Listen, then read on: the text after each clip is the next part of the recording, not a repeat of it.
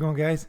Hey, I want to start today. We're talking about modernism and postmodernism, and don't worry about those words. It's very very relevant to MGTOW, and I want to explain why, and I want to explain everything about it because this will you will come up against this, and you have come up against this your whole life, and you probably couldn't quite, if you're like most people, you couldn't quite put a finger on it. It's like, what is this thing I'm bumping up against? What is this force? What is going on here? And I want to start with a story of mine. I had a good friend that I met when I was in third grade. So I guess it was, you could say, the first day of fourth grade. I was waiting at the bus stop, and he was at the bus stop, and we became great friends.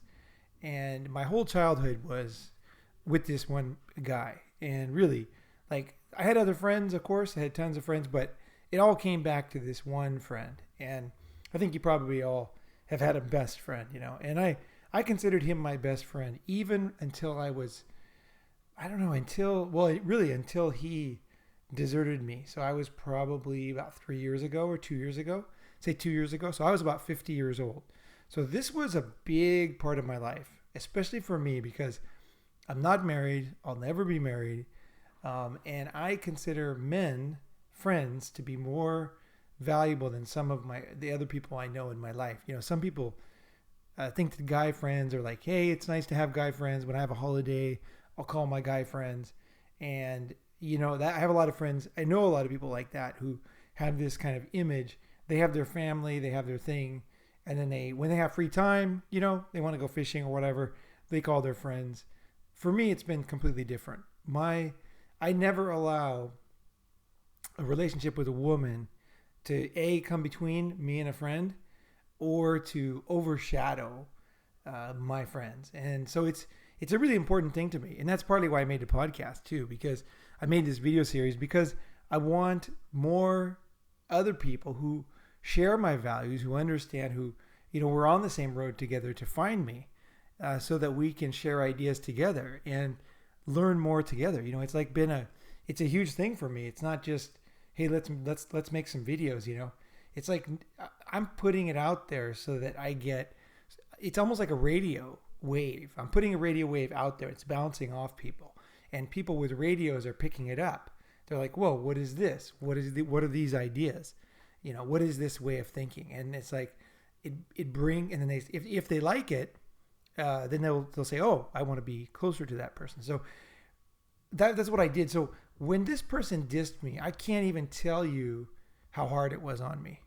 It was really, really hard. I mean, it felt worse than any kind of breakup or anything, which is funny to think, because I had been through everything with this friend. I mean, literally almost every childhood memory was with this person, at his house, with his parents, in school with him, getting in trouble together, throwing rocks, hiding, getting caught, sexual experiences. I'd be in the front seat or the back seat. He'd be in the other seat, usually me driving for some reason. So we'd be in the front seat with the steering wheel there, and he'd be in the back seat with his girl.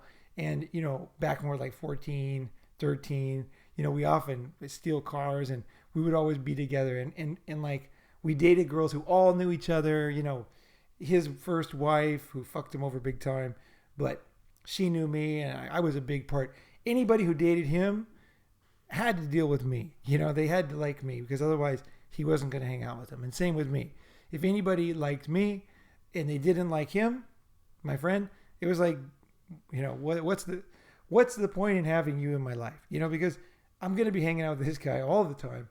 And if you don't like him, like, that's fine, totally fine, but it's not going to fit into my lifestyle, right? So that's always been my kind of point of view, and the depth of emotional attachment to this person was amazing, and I think it still is. The memories are, great. But what happened was, his family, I didn't realize it until recently. His family had a very strong postmodernist belief system about the world. And for me, growing up as a kid, my father was a Republican. He's a conservative.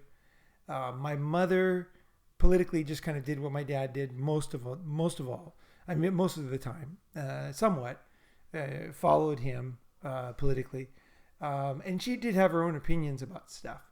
My mom is a really interesting topic. Actually, she's awesome. But so I was raised I was also raised in a very Republican area. So we lived all over the place. So when we moved a million times and lived in trailer parks everywhere, I was basically, my family was everything, everybody, my friends and family, I didn't really have much else when I was a kid, little kid. And then I moved, and finally we ended up in a Republican conservative area, which is famous in the middle of a very liberal area, right? And so I had just kind of almost like a Christian kid who's raised in a Christian family, or a Muslim kid who's raised in a Muslim family. You tend to take on whatever your parents do, right? And as an adult, you start to say, wait a second, what do I believe? And how much was I trained, and how much do I believe, right? How much is me, how much is them, right? So either way, but his family was very, very different. They were very postmodern. They totally were into French intellectuals. If you look at their house, there was intellectuals and French intellectual books all over the place. They went to Paris all the time. They worshipped, I would say French intellectual culture. And I remember one of the things when I was a kid, we had never traveled, right? We didn't have any money. And my friend had said, the friend I'm talking about here, he had said, I've been to Paris 5 times. And I remember thinking, holy shit, I wish I had been anywhere 5 times. Like, I've never been, we traveled, but it was always like some shitty town, some I don't want to say the names because I don't want to put them down, but just desolate, nothing towns with nothing going on. And I had never seen a city. I'd never been to New York. I didn't go to New York until I was in my 40s probably. The first time I went to New York. Something like that, right around that time. I don't remember the exact first time when it was, but the second time was after 9/11. So I hadn't even seen Washington, D.C. until 2 years ago. I hadn't seen the East Coast until 2 years ago. I had been to New York, that's it, and Boston, where my brother lives, but that's it. I hadn't seen anything else. And so basically I was very limited. My experience was limited. Okay, so this friend who had been everywhere and his family was into intellectuals, and I would go to their house, and they taught me how to eat, expensive food, how to have, a bunch of forks and a bunch of knives and good table manners for eating, and, anything related to, they were very into culture as far as French culture. Their house literally looked like the Louvre. I'm not kidding either. It literally looked like the Louvre. Like when they finally sell it, they're gonna have to just tear it down because the father had just, everything inside is just, it's just, kind of half-assed, but it's like all these French designs that he made up without getting any permits for anything. It's a wild house, statues everywhere, marble, electricity, like wires hanging out everywhere. But I loved it. I grew up there. I thought it was great. It was very different than my house, which was very, very simple. Our house had very little furniture. It was very simple. His house was complicated. There's tons of stuff. Talking about intellectuals, classical music always playing in the house. I learned to eat. I learned classical music. I learned a lot from that family, actually. I can't say it was a negative experience. It was a great experience. And it was something that even today, I learned things that I still use today. Okay, but there was a downside. And the downside was that they were hardcore postmodernists. And I had no idea what that meant. I mean, even until recently, I didn't even know what that meant. I just knew that when I would talk to them, they would be frowning a lot of times, That's what I remember. They were frowning. It was like they were basically not happy, with what I was saying as a kid. And I remember why is that, And that was even as an adult. I could never put my finger on it. Why are they not? Because I was a very logical person. I scored very, very high in logic. Logic class, I was top of the class. Literally, it was one of these huge classes with an auditorium, and I was number 1 in the whole class. My scores, and I didn't study. I didn't even buy the book. I just went to class. In fact, I tried to get out of the class because I told the teacher I'm too logical. And then the teacher said, "Well," she started laughing. She said, "Well, it's interesting, but I'm still going to make you take the class. So I did take the class. I did well. Logic was easy. Okay, so then, but I would go to their house and I would logically deduce an argument, and they would be not happy with me. So I want to say why. And eventually, he couldn't stand being around me at one point. That was about 3 years ago. And it's one of my only friends who, you know what I mean? Like, that left me. Like, and I could not understand what it was. The only other people who've ever left me was I had a girlfriend who became very religious. And she asked me to be more religious because I was in high school. And I couldn't do it. I didn't want to be more religious. I was losing interest in religion, and I was losing faith in my high school, and when I went to college. She was going the opposite. She was going religious, but she left me because of a set of ideas. She actually loved me. This girl actually loved me, and I believe still loves me, has contacted me over the years, and I see a very, like torn creature. Because she had a series of beliefs, she had a belief system, and it did not coincide with me. So she had to leave me. But I think that her emotion, her heart was with me. And my friend, we had a very deep bond, but there was this gulf of ideas. And I literally had no clue. So if you have anybody in your life, as you're listening to this podcast today, that you could not understand why you couldn't get along, or it was like you got along great, but there was like something underlying that was like, that was like sabotaging it.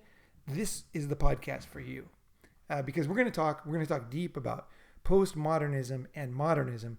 And I decided to show pictures instead of words. And the reason is because the pictures tell you a lot about what these two concepts are, because they are a little bit complex, especially postmodernism. Modernism is actually relatively simple. So I'll just get the definition out of the way. Let me get to my notes here. Basically, when it comes to postmodernism, okay, it started in the 1970s. Okay, there was some French intellectuals I mentioned, Jacques Derrida, and Michel Foucault. I hope if I pronounced the name wrong, sorry. But basically, they were intellectuals, and they all came from a Marxist background. So from Karl Marx. And Karl Marx, his idea was there was a proletariat, and there was two classes. Okay, and the higher class, the ownership class, is screwing over the working class. That was the basic idea. So this idea was very strong back when communism was gaining hold in the world. And I'm not going to say good or bad. I'm just going to explain what was going on. Communism got quite popular starting in the early 1900s. The communist revolution started in Japan. Actually, you can actually, believe it or not, you can actually trace communism back to Japan, the Communist Party of Japan. Then it went to China and went all over the place. But, it started with Mao Zedong in China. Actually, in Xintiandi, he had a meeting, I think it was in the 20s. So either way, but communist ideas basically goes from Karl Marx. And then these ideas, they slowly got less popular. And the reason is because a lot of communist governments fell. They started to get less popular. They started to lose, they were losing vitality. They lost, the money wasn't there. 70s, you saw the Western countries that were, capitalists were just kicking ass. Money was coming here and there. Disco was fun. Communism was kind of getting old and going down. So the intellectuals, what they did was they were originally Karl Marx communists. They switched over, but they had the same idea. Ideas never really die. They just get reinvented in a new way. And I don't mean like you have to look at every idea and like that means that it's bad because it started from a bad place. Because some very good ideas come from bad places, and some other very bad ideas come from good places. So it can shift along the way. But basically, the idea of postmodernism. Let's go back to modernism. Modernism is the idea of science. Okay, it's the idea of truth. So there is truth in the world, right? So in other words, gravity exists or it doesn't exist. One of the examples was, can you put a tennis ball in a wine bottle? The guy says, no, you can't. See, that means that there is truth, right? Is a giraffe taller than an ant? Yes, it is. Therefore, there is truth, right? But let's go deeper into it. There's ideas of competence, right? Are you skilled? There's ideas of beauty, okay? So, and then all these ideas, the hierarchy of society.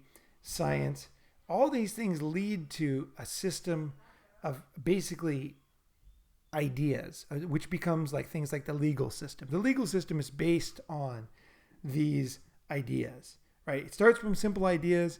You get a lot of ideas together, what's right and what's wrong, it becomes a legal system, right?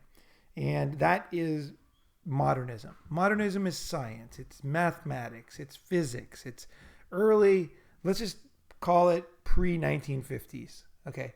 It's from the Renaissance period, right? And all the way up to the 1950s. Then it started changing, right? So it was the idea that you can pull yourself up by your bootstraps. You can learn what's true. There is a solution to every mathematical puzzle, and there is truth in the world, right?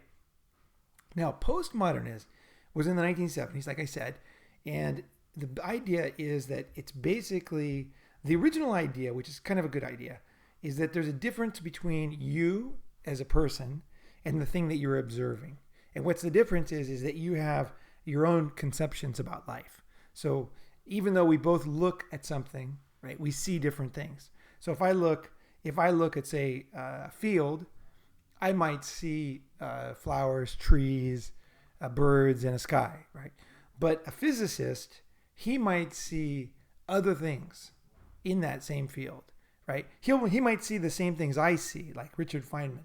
He's going to see the same things I see, but he's going to see deeper because he sees the physical properties of these different things. So he sees that the reason why the plant is red, the flower, is to cause this to happen or cause that to happen.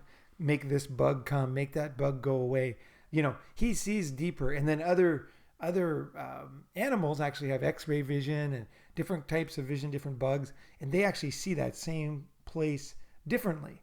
So the postmodernists said, wait a second, you guys, you think you know it all. You think it's so simple. It's not simple. It depends on who you are. It depends on, there are various, this is how it started. There are various interpretations of this field. And let's face it, that's fucking true. Okay. I'm going to bag on postmodernism the whole podcast, but if you don't accept the things that are true, there's no way to go forward, right? The postmodernists were right. There is different ways to look at the field. People have different backgrounds. Your culture, your training, your education, it all affects who you are and how you act, right? So no doubt about that. Okay, so that was fine. But then it changed. Okay, so postmodernism basically took the idea of the ownership class and the ruling class, and it became the oppressor and the oppressed. So you can guess who the oppressor is. The oppressor is you. The oppressor is guys. So we are the oppressors, and the other people, females, any kind of minority group, they're the oppressed, right? So it really was the same idea. It was the same idea that started with communism, and then it just morphed into this new idea, right? So there's the value system of the oppressor. Math tests are unfair to black students, for example, because they don't score as highly as a group, right? Math tests are unfair to women because they don't score as highly. So what that's saying is that, basically you can see it in the result. They don't score as highly. That means the test is rigged against them. That means that it's set up to fail. That means that you are trying to keep control. That's basically the idea one of the ideas of postmodernism, right? So you think your reality is true. Well, fuck you, and fuck your ideas. And basically your ideas are putting me down. Your ideas are evil. You're holding me down. You and your culture, right? And when we talk about culture, we're talking about Western culture. And we're often talking about white males. Now, this is important. I know there's a lot of different type of people listening to this podcast. So it's important to talk about reality. So these French intellectuals, they morphed in North America. So it was part of it. It was definitely a part of it. So let's go to the next. The next thing is, so the goal in this system of postmodernism is basically the system is fucked, right? So you can see here, I'm looking at postmodern art here. Nothing is kind of true here. Like, what is this girl here? What is she? Like, look at her face. Like, it's not the same as like a girl smiling with a flower. easy to understand. It's just there's various interpretations of this. Like, where is she? Why is she doing this? Who is she? What sex is she even? Like, a little bit, it's a girl probably, right? But a lot of the idea of postmodernism is you can't really tell. And if you look at this one here, you look at the faces, some of the eyes look male, right? And, and that's just my interpretation. But there's plenty of pictures online. You can see postmodernist art and postmodernist ideas, right? But it's like this unclear thing. Like, is it a human? It's a light. It's the cosmic. It's, flowers. Is it?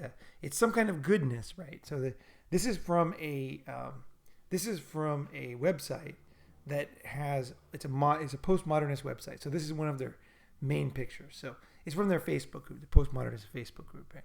So let's go here. The next one. Here's another picture of postmodernism, and this is graffiti fits into the postmodernist narrative. Okay, it's like you think you have a white wall. Well, fuck you. You now have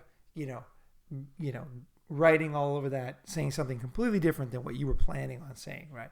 So it's a postmodernist sign, says at the bottom right. So this is a great example. This shows you like the modern version of postmodernism, right? Modern art, it's a Las Vegas picture, right? But they've completely defaced it, which is fine, And that's the thing, is a lot of the ideas of postmodernism are, they fit with art, they fit with music, they fit with having a good time. And so they can be very tempting. That's one of the other things. I want to warn you about that, of going one way or the other. I want you to understand it completely so that you can argue against it, so you can understand it, so you can see people for what they are, and you can also know who you are in this whole scheme of things, right? So there's some postmodernist art. Here's an example, okay, of a postmodernist painting or picture, graphic design of a man. And that's a modernist, okay? So you see him as kind of a robot. He's not exactly a human, right? He's inside, he's cold, calculating. He's got, he looks like a man on the outside, which just tells you everything, right? It's a man, it's not a woman. Could be a woman, but it's not. It's a man, right? So that's why I wanted to do pictures, because you can talk about this stuff all you want, but when you show the pictures that they feature, the different groups feature, that's when you really see what people believe, right? It's so obvious. You can read 1,000,000 words. They say a picture is 1,000,000 words, right? And it's like 1,000 words. It's like, yeah, there you go. That's what modernism. And then look at this one. These ones, and it's mostly females. There's a female body. Most of the pictures on the postmodernist site are female. The only males are negative, right? So here we have a male. He's cold. He's calculating. He's a computer. He's not a regular human being, right?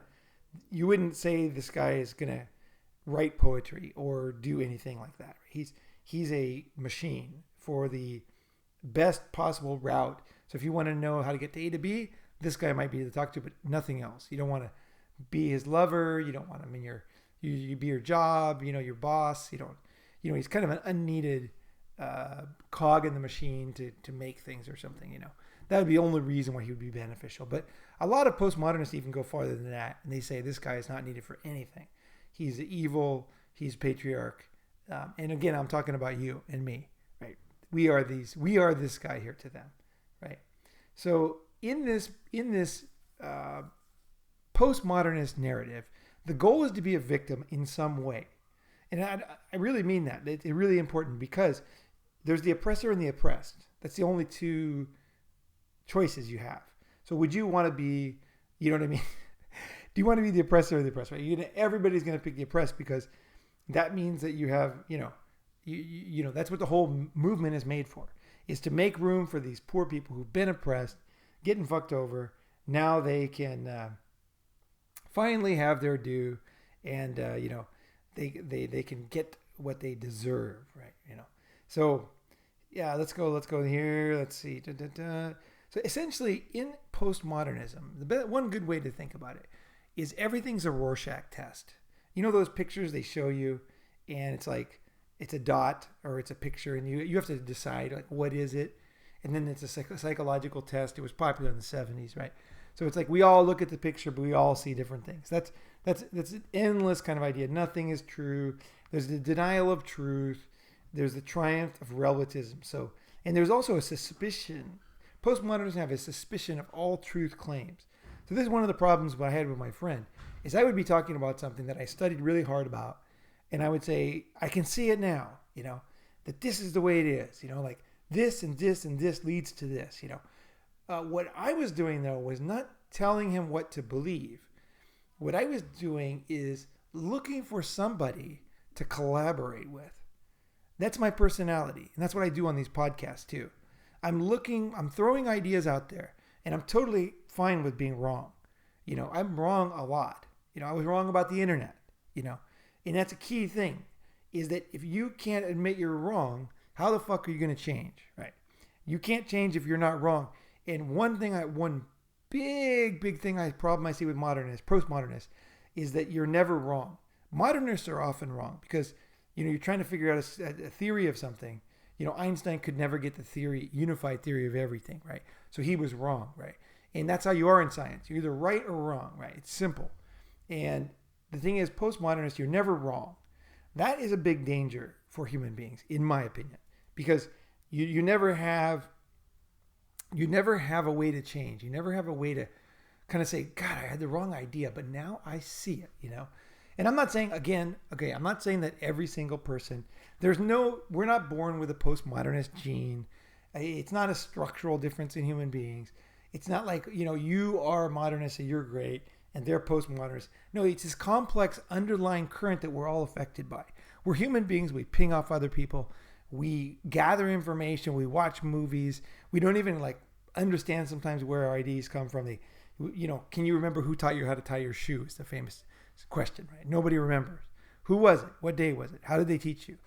How did it go? We don't remember. All we know is we can tie our shoes, right? So a lot of the things we can't take it back to, right? These ideas are just there, and we are also part of them as modern humans. You, me, we all have postmodern ideas, and I'm going to go into a few examples. So I wanted to talk about Dr. Jordan Peterson first, because he has some good videos on this, and I watched them, and I'll put the video below. But I don't want to just do him because I didn't really. He had some great ideas. I like him, but it wasn't complete. So I'll just give you a basic idea of his video. You can watch the link below. Is that postmodernism rejects the idea of Western civilization.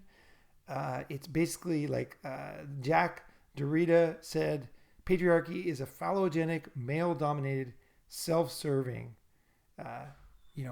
culture. Right. So, and the thing is, and the other thing he says is, postmodernists don't have any gratitude. So they look at the world. So, for example, modernists invented antibiotics. A lot of the inventions and a lot of the drugs that keep us alive today were made by modernists, right? And I think a lot of MGTOW is like, we dig on this kind of stuff. It's true. A lot of modern society was made by modernists who believe in truth, believe in right and wrong, and have these understandings, right? Now, a lot of society actually was by postmodernists too, like music, jazz. There definitely are other good ideas that came out of the world, and that's important to know too. But essentially, there's not much gratitude with postmodernists, especially for modernists who invented things. There's no fucking gratitude, right? They don't believe in logic. Okay, so logic is no good, right? Which I'm good at logic, so that's no good. And here's the interesting thing. Postmodernists don't believe in debate, if you can believe it. They don't believe in debate because, go back and think about it. The ideas are not true. They're just true for you, right? And they're true for the other person. So if nothing was true, okay, let's say nothing was true, okay, and you were in a magical world, like a Japanese manga or something, and to me it was a chocolate cake and to you it was a steak, then why would I tell you, try to convince you I'm eating a chocolate cake? Because you'd be like, hey, that's only chocolate cake for you. I'm eating a fucking, steak, right? So it's fundamental is that there's no debate. And so free speech is not accepted. That's why you see a lot of speakers not being allowed to talk on college campuses, because the postmodernists and feminism is a big part of postmodernism, is that there is no truth. There's your relative truth. So why are you coming on our campus and telling us these evil lies that you think are true, but they hold me down. I'm the oppressed, right? So don't come here and spread your poison, right? There's no individual. You're part of a group. You're male, you're black, whatever, you're white. You're part of a group, right? And so, let's see here. So that's interesting. That was Jordan Peterson, Dr. Jordan Peterson's ideas there, right? Okay, so I remember another story, a personal story. It was kind of personal, and I'd love to hear what your experience is with this, because these ideas are, to me, as a logical person, they never made any sense. Like I just thought, well, why wouldn't you believe, I subconsciously knew there was this other kind of thinking out there that didn't care about truth. And I was like, I wasn't like clear-minded about it. I just kind of like, I'd explain my thinking and then they would look at me, unhappy. And I was like, well, don't you get it? Do you agree or not? And they would basically not really say much, just kind of say like, something confusing, that sounded intellectual. That's often, and instead of going deep into my ideas and saying your idea is not correct because your assumption is this and that actually is like this, it was just kind of this blanket, no good, I have my own ideas about things. You have your ideas about things, and I'm like, well, no, because I'm trying to figure out like what's actually the idea, right? That's kind of like the way I was looking at it. Like your idea is fine. If your idea is the true idea, I want to know that. A lot of people say this kind of bullshit, but they don't mean it. I actually mean it. And that's why I actually welcome comments that I'm wrong in videos, because I'm wrong sometimes. I'm definitely wrong. I'm wrong a lot and I have to learn. I studied hard for this particular podcast because I wanted to get the details right, but I'm going to be wrong sometimes. It's just a fact. I know it. And that's actually what gives me legs as a person, because I'm able to grow and learn and change, right? So there was a guy I met in Tokyo, and his name was Jeff. And it was interesting because I was trying to help this guy with something. He was having a serious personal problem with something, and he chose me to help him. Long story, as like a sponsor, right? So I was helping him with just different things that I knew about, and he was telling me his ideas about life. And what's funny about Jeff was he was very pro-Western civilization. Very first person, not kidding, in my life that I ever met personally, who was like super pro-Western civilization. He was like, no, man. He's like, it's simple. Science came from Western civilization. Capitalism came from all the great things in this world came from science. They came from discovery. They came from, truth. They came from scientific tests. They came from logical thinking. They came from Western culture and values. And I was kind of like, when I first met him, I thought he was joking. Like, I was like, I never met anybody who was this clear. Because I always thought, there's a little bit of truth here, there's truth there, And also because I speak different languages, I had traveled a lot more than most people. So, I was kind of like, okay, there are different ways of looking at things, right? There's no doubt about that, right? And it works for people, right? And so I was not a postmodernist, but I definitely had a lot of postmodern ideas. And I met this guy who was a very serious modernist and had clear beliefs about it, and had read a lot of books, and he could recite, and like he was not like an unclear, angry guy. He really knew what he was thinking, and he could cite everything and why it's true. And it was kind of frustrating because it was difficult to talk to him. He had already done his homework, right? It's before the internet, right? And I was like, whoa, somebody who actually thinks something and actually puts his balls on the line. That's cool. So I just kind of like, after I met him, it was kind of interesting. And it was funny was he was pro-Christianity too, which is funny because he wasn't really Christian. Nobody's perfect, right? Yeah, he had this idea, but either way, he had this like clear idea. Now that was kind of like, whoa, holy shit, I never met anybody who was like that, right? So basically, back to postmodernists, which is what I'm talking about in this video mainly, is that they're very skeptical towards all basically claims of truth. So that's a key thing, right? In fact, in the French word for claims of truth, it actually is big stories. So everybody has a big story, right? But it's just like everybody has an asshole, right? But it doesn't mean that it means anything to anybody else. It's a big story. There's no way we can find objective truth. And one of the things about postmodernism is it's very attractive in some ways because it's kind of cool, right? You look at these pictures, they're kind of cool. They're kind of nice. Art, postmodern art's very nice, right? And I had a lot more here before. There's some postmodern architecture, very cool, right? Nothing is clear. There's no clear lines. Everything's kind of like, all right, it's like, what is real? What is, and so postmodern art tends to be like this, right? Because there's art too. There's postmodern and modern art. There's also postmodern ideas and theory and like all this other stuff. So, but you can see it in the art. You can see the way that people think in the art there, right? So like, here's a postmodern. This is from a postmodern website. And again, we have guys kissing, girls kissing, and the idea is to shock. It's like, my goodness, same-sex kissing. And I think a lot of people watching this video, or a lot of MGTOWs, might be like, hey, this is bad. This is lack of truth or whatever. I personally don't give a fuck. I really don't care. Like, I'm not on that kind of board. I could care less. If I was gay, I'd be a flamer in 2 seconds, right? I don't get wood on guys, right? I talked about this before. Look down at your penis. Whatever it gets hard about, that's what you like. Go do that, right?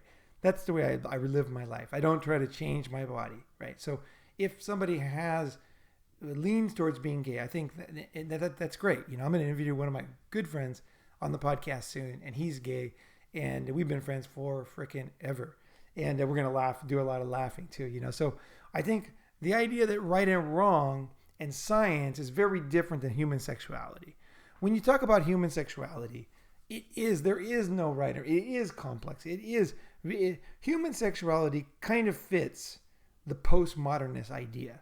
And I think if you have two ways of thinking about sex, either you're going to think about it postmodernist or modernist, you probably will do better if you choose the postmodernist. You'll probably have better sex life because it's like, it's like, the concepts work when it comes to sexuality.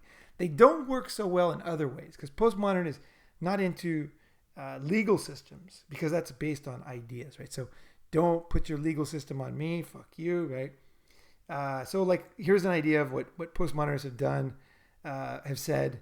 E = mc squared is a sexist equation. It privileges the speed of light over other speeds. So it's racist, chauvinistic, and sexist. They're common words to explain these ideas, right? So it's privileging, right? Masculine physics privileges rigid, solid thing. One kind of science is not better than another.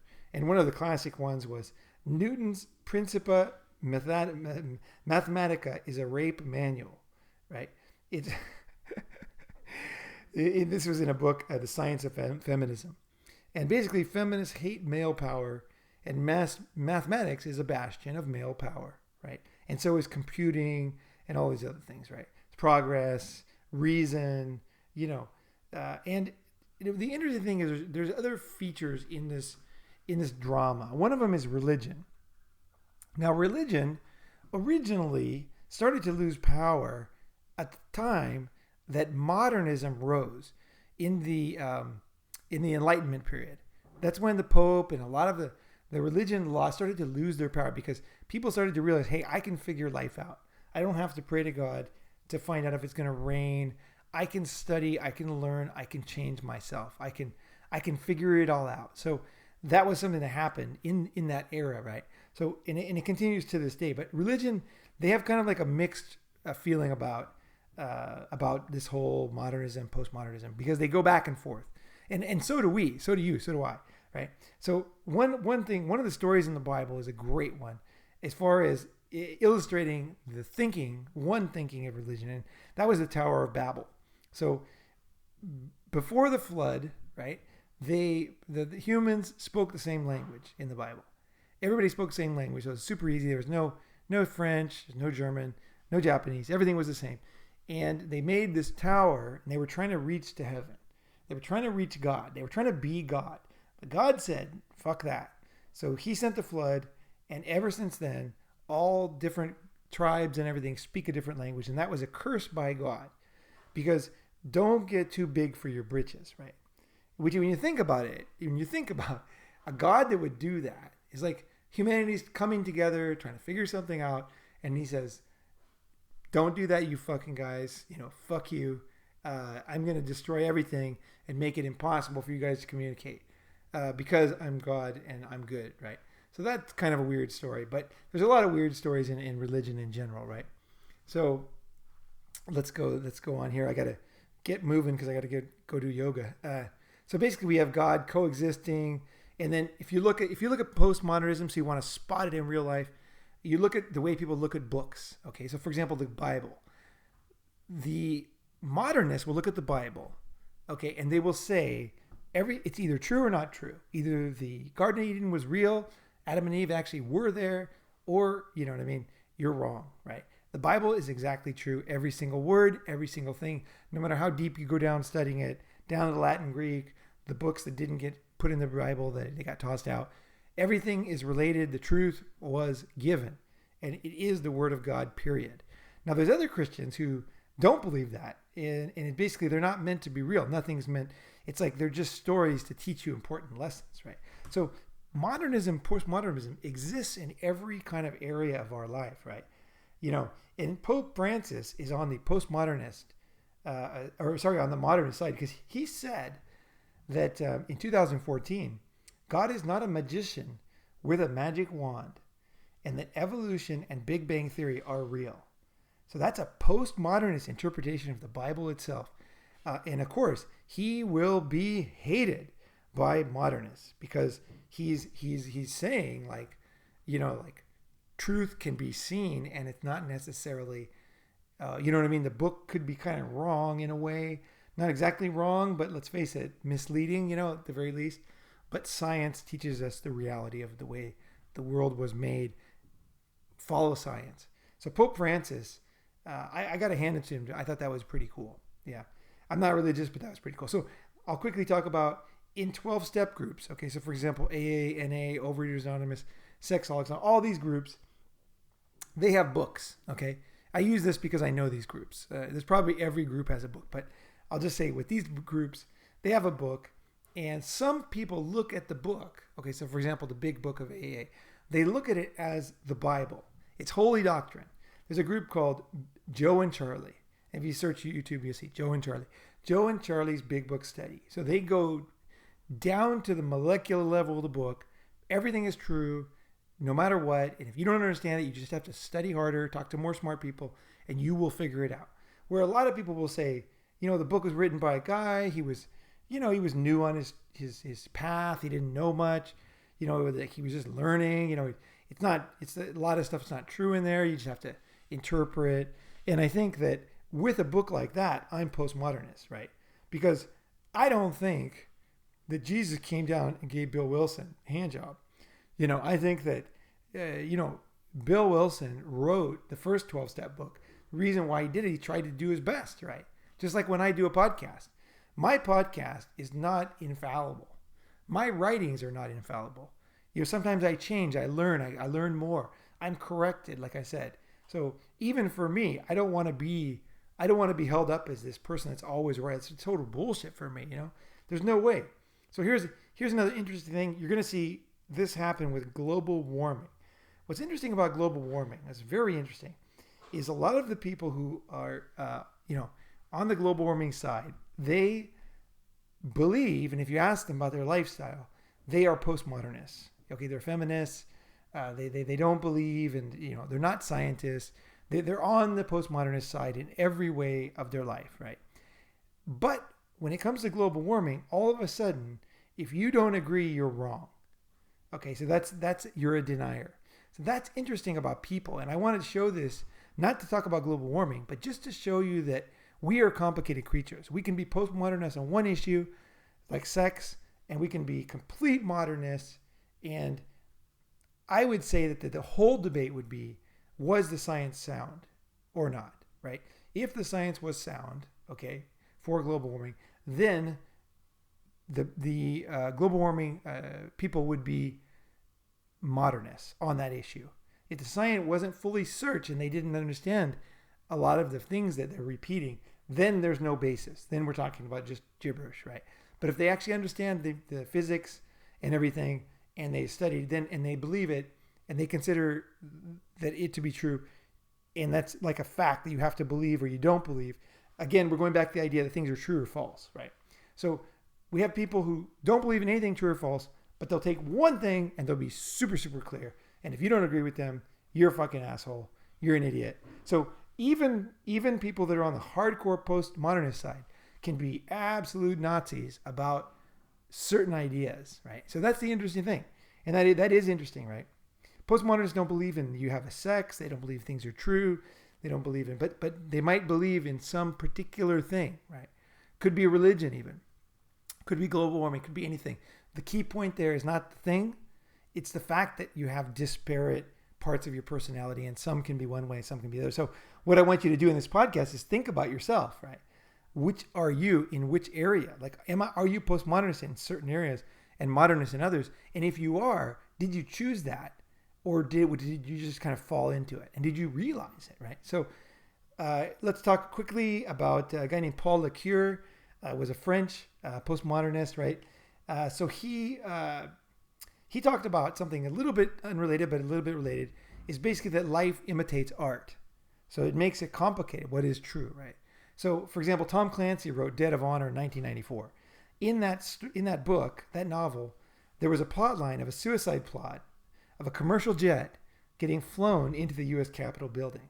And then in 2000, September 11th, obviously, the suicide bombers, the suicide attackers, whoever you call them, whoever you think it was, they were crashed some planes into the towers, and there was another plane that went down to Pennsylvania, and its target was the Capitol building. So, life can imitate art, and art can imitate life, right?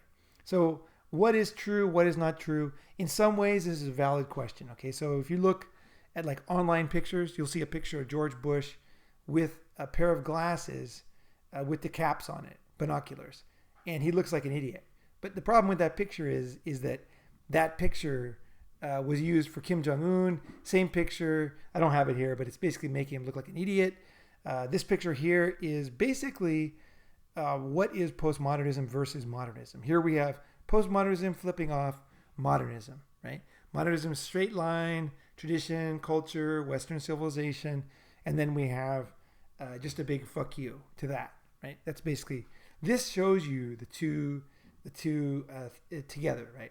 And there's software now that I watched online that Obama, they could put words into his mouth with the software. So he made a speech now, and then they put it into his words when he was a college student. Somehow the software can, make his mouth move and make him. So there's a lot of things in fake news, and there's different things that it is an issue. Like, what is real, right? And I think a lot of people will doubt that, will wonder, right?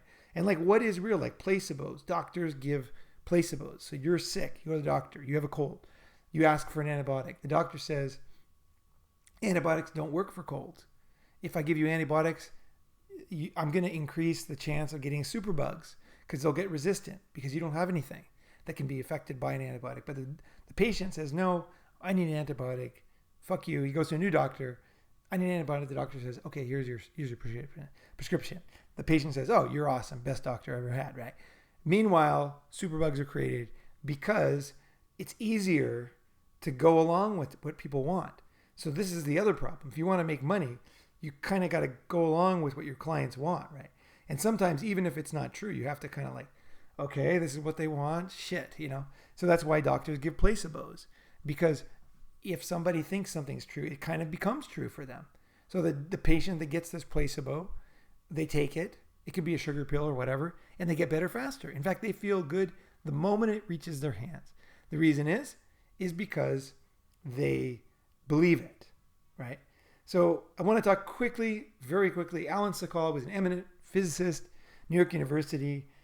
He submitted a paper to a flagship authoritative journal for postmodernists. And basically, he just made up a bunch of bullshit. He made a bunch of words. He studied the words that postmodernists use. He just wrote them all down, made a complete gibberish text, sent it to the most famous magazine for postmodernists. I don't have the name here. I forgot the name here. It's a Duke University journal, right? And basically, they accepted it. They didn't test it. They didn't check. And so because the reason why they didn't check is because this postmodernist journal was very happy to have a modernist touting their words. So they said, hey, this guy's a famous physicist. Alan Sokal is a famous physicist. If he's saying that postmodernism is real, then you have to believe it. And that's the same way religion works. Religion, if they reject science at some level, but if you have a discovery, let's say you discover an ark, like the remnants of an ark, immediately all the religious journals, the Christian journals will start to show it because it's proof that it's real from a scientist, right? And a scientist, now never mind the fact that they were ignored until today, but as soon as that comes out, hey, a scientist said this. So it's, another reason to believe that, religion is real. And the most funniest fucking story of postmodernism for me was just, are things real? Was there was some fucking wine tasters in New York, they're friends. They all went out, they all had expensive wine. One guy got tired of it. So he went and bought $2 wine, gave it to the manager, had him pour it into the expensive bottles. They went and did their testing. He recorded it. What do you think about this? And they said, oh, this is fruity and this is great. And they were basically talking total bullshit. And they were drinking $2 wine. It finished and he said, hey, you guys, I pulled this trick on you. Actually, we're just drinking $2 wine. It's all bullshit. You guys, they all taste the same. Don't worry about it. And the people just never wanted to be his friend again. They left him, right? Now, for me, I would have had a big gut laugh over that one. I would have been like, man, I'm full of shit. What a fucking pompous prick I've become. It's like, what the fuck is wrong with me? Man, this guy, that was the best trick ever because it actually taught me something new, right? But postmodernists don't want to learn something new. They don't want to learn that their belief system's not true. They don't want it to be tested. They don't want to find out. They don't want to look like an idiot, right? So let's go on here. We are all, essentially we are all what we create. And this is another thing that postmodernists has a little bit of truth, is like you decide who you're going to be, the people you hang out with, the things you study, the things you talk about, the places you travel, the things you eat, the everything, like the languages you learn. You become what you want to become. And that there is a lot of truth to that, right? Like when I was 22, I was a partier. After that, I was a player. Then I was a business owner. I was a language learner. I was a runner. I was fashionable. I changed who I was depending on my time in life, right? So someone like Madonna, she did a great job of changing all the time. And if you ever, even as a MGTOW, even you might hate Madonna, but you can learn something from her change. She actually was able to totally change her image over time. And that's one of the things that human beings and MGTOW can really learn from, right? One last thing I want to talk about this is the way, if you are a modernist after listening to this and you essentially consider yourself a modernist, but again, you might be on different things, you might have different viewpoints, and that's totally fine. I'm not saying one is right or wrong. I really am not, because when it comes to sex, I'm probably a postmodernist totally, right? I could give a fuck. I'll try anything. I'm like, let's go, girl. Let's try this new thing, whatever, Nothing is real. What is good? Every time's different. It's all about emotion. It's about, passion. It's not a logical thing, right? For me, something that's not logical, it doesn't matter, right? It's like whatever works, right? Whatever gets me some new excitement and they enjoy it and I enjoy it. It's great, right? So I am a postmodernist on that. So now we're going to let me switch over to modernism. Here's some modernism pictures. This is a modernist architecture, right? So the grand theory of everything. Einstein had his theory of relativity, and he wanted to figure out, one thing he failed at was finding the grand theory of everything. So he wanted to find something that brought together electromagnetism and gravity into one simple, elegant formula. And he failed at that. He searched for truth. He looked for it, and he could not find it, right? And I remember when I was in high school, when I was going to church, and one thing that the Bible people used to tell me, the Bible studies, is that evolution can't be proved. And the reason at the time was, and this is back in the 80s and late 70s, the reason why is because there's no missing link. Okay, so there was no link. Evolution is based on one thing, is that animals came from the ocean onto the land, right? And back and forth, right? but there was no proof of that. There was a thing, it was called the missing link. Well, since then they found it, right? So there is a missing link. There's tons of fish with feet that can live in both for even weeks at a time. And there is a missing link now. But what postmodernists will do is they'll move the goalpost. They'll say, oh, you found that, but hey, don't worry about that. Now there's a new hard problem for you to solve, right? It's like, you can't win with postmodernists when you're trying to prove something, right? There is no universal truth. And Einstein never found it, but don't let them control your life, okay? Don't let postmodernists, put you into this category. Like, for example, what I'm going to end on here is like, if someone says to you, science is not true, and we'll just scroll through some pictures. There's a beautiful picture of modernism architecture, very clean lines, very simple, very masculine, Guys love this kind of stuff. I love this kind of stuff. This is the kind of house I'm interested in. Here's another postmodernist, right? It's beautiful, right? It's beautiful. But if somebody comes to you and they say, the reason why modernism in your thinking is patriarchy and bad, oppressive and evil and all that, the reason why it's obviously patently false is because you think, they'll accuse you, that life can be boiled down to one simple scientific formula, and it can't. But I would say that you want to be ready for this one, because you want to say, look, you want to know what you're talking about, right? So you say, look, Einstein was looking for the one formula to put everything together. But because he didn't find that formula, doesn't mean that science is bullshit. In fact, the things that he theorized, we use in modern tools all the time today. They are part of our satellites and cell phones. And he was a key fundamental person. And without him, we wouldn't have a lot of things we have today, because his theories were, in fact, testable and true. So the fact that he didn't come up with one theory that unifies everything, and I've had people say this many times, I've heard this in arguments on TV and with myself, is like, hey, you can't pull it all together. You're looking for one theory. And I would say you want to reject that and say, look, I'm personally not. I'm not interested in one theory. I'm interested in learning things as much as I can. Sometimes you learn at small steps. Sometimes you learn in giant leaps, right? It depends. But science is about finding out and truth and improving yourself and using the sciences and using your brain. And also using your brain to find out that there's certain things that don't matter, that are postmodern, right? Like sex. That's okay too, right? It's like, that is my goal in life. That's what I want to do with my life. And because there is no unifying force, don't put that on me that I think that, because I don't think that. As long as I find out a lot of shit about the world that I didn't know that helps me, I'm happy with that. I don't have the final solution. Maybe we won't for another 10,000, 100,000 years. Who knows? Maybe we'll never have it. It doesn't matter. We improve our lives, right? You find out things about yourself, things about the world, and you improve your life. And that is what it's all about. I mean, that is fucking awesome, right?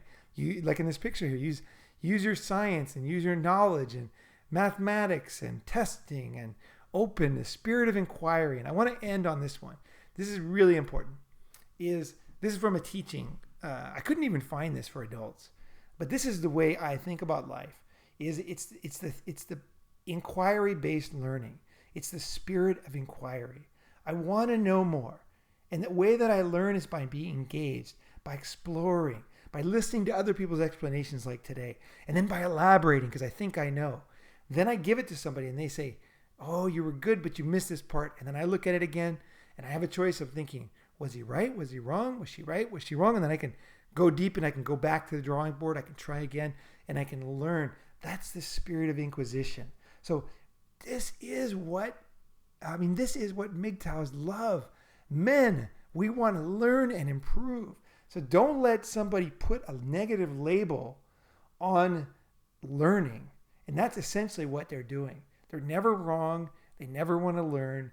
And they won't say this directly, but put a positive label on yourself and know where you want to go. I want to learn. And the way that I learn is by being engaged. It's by exploring. The way that almost everything that's been invented was so often, people always say it was like 10,000 tries by Edison. to find a light bulb. That's not usually how science happens. It's usually almost like by chance, or checking out something and something else happens. Graphene, right? The new miracle material was made by a couple guys, Russians. I think they were even drinking at the time, and they had this carbon, and they were using tape, and they were sticking it on there, and then sticking it together and making this material. They ended up making the first graphene, which is a wonderful material. It's one of the strongest in the world. I think it was the first strongest when it was made. You can make a graphene sheet 1 atom thick that will hold an elephant standing on a pencil. That's how strong it is.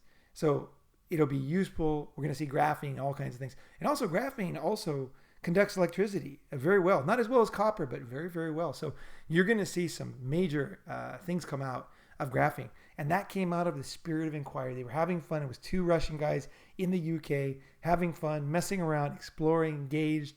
They figured it out. They came out with this new material. So that's the way I am. That's the way I want to be. It's a positive thing. If people don't want to learn, if they're never wrong, totally fine with me. I'm not going down that road. And I won't let people put some label on me that I'm this way or that way because I don't believe what they believe. You know what you are. And especially after listening to this, you probably have a better idea of how people attack you. And also maybe a better idea of how you think about things and how you feel. That's what I was trying to get with this podcast. So, okay, thanks for watching, guys. And I'm off to yoga. I hope you guys have a great day. Yeah, thanks.